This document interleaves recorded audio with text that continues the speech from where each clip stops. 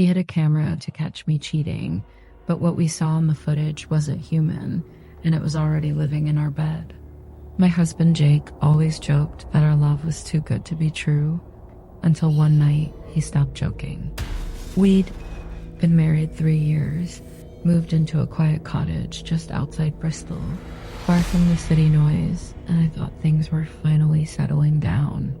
But Jake had been distant lately, cold, suspicious, even accusing. "You talk in your sleep?" he said once. "You say someone else's name." I laughed it off, but the look in his eyes told me he didn't find it funny. Then one morning, I found a strange black dot on our bookshelf, hidden between dusty novels, a small lens, a camera. I confronted Jake and he admitted it. "I thought maybe you were seeing someone," he mumbled. I was furious, hurt, but he promised to delete the footage to regain my trust.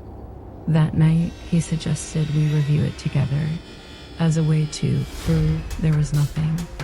I agreed, mostly out of stubborn pride. We sat on the sofa, laptop open, clicking through grainy night vision clips of us sleeping. It was awkward, boring, until 3:12 a.m.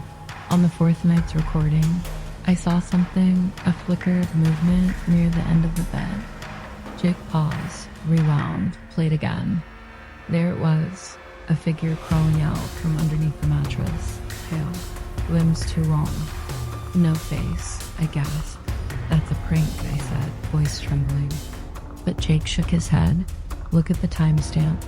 We both stared. We'd been in bed the whole time, asleep, and the thing had crawled out from our bed, night after night. Sometimes it stood over Jake, sometimes it leaned into my ear. Once it climbed onto me. We screamed.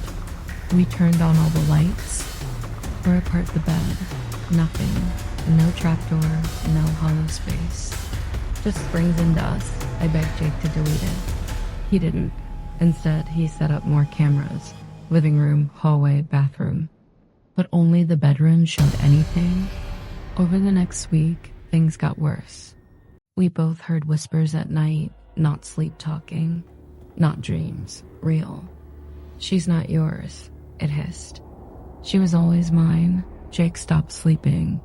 I caught him staring at the walls, lips moving. He stopped eating.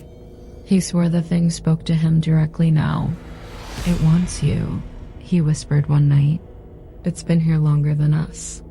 I tried to leave, packed a bag, called a taxi, but my phone kept glitching. GPS spun wildly. When I finally stepped outside, the driver was gone. Only Jake stood in the driveway, smiling. "You're not going anywhere," he said, in a voice I didn't recognize. That night, I pretended to sleep. At 3:07 a.m., I opened my eyes, and it was there, standing over Jake, whispering into his mouth, and Jake was smiling in his sleep. In the footage from that night, I saw something worse. It noticed me watching. It turned its blank head toward the camera, toward me, and whispered something that short-circuited the entire laptop. The next morning, Jake was gone. Not missing, physically gone. Dead, untouched. Phone left. Police found no trace. But every night since, at 3:12 a.m., I feel weight on the bed, like someone slipping underneath. I smashed every camera, burned the mattress, moved cities, but it still finds me. Sometimes it calls my name from inside my pillow.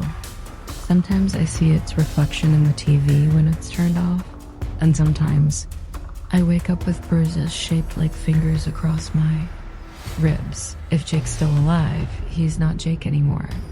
And whatever crawled out of our bed is now crawling into me.